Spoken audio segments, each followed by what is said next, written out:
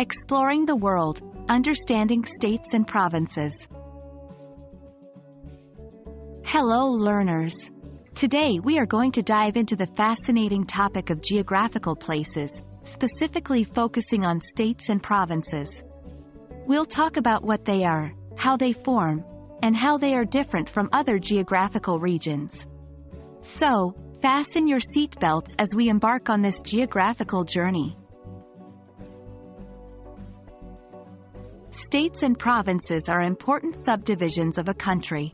They are political entities with their own local governments, and they may vary in size, population, and the degree of autonomy from the central government.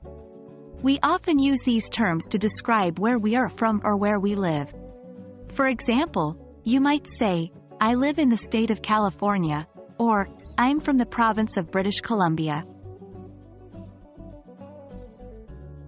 While both states and provinces are subdivisions of a country, the terms are not interchangeable.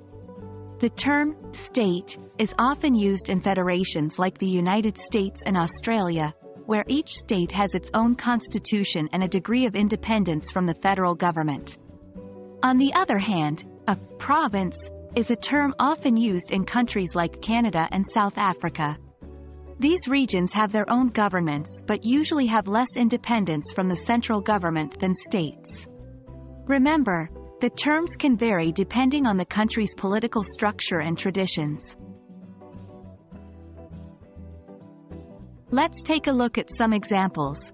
In the United States, there are 50 states, including larger ones like Texas and smaller ones like Rhode Island.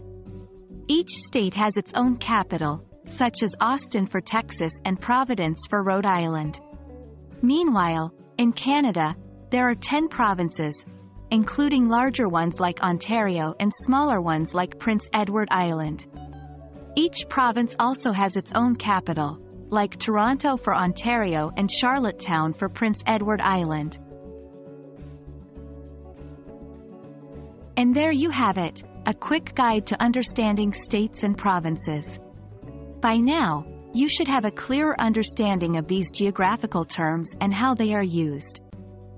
Keep practicing and try to use state and province correctly when you're describing places.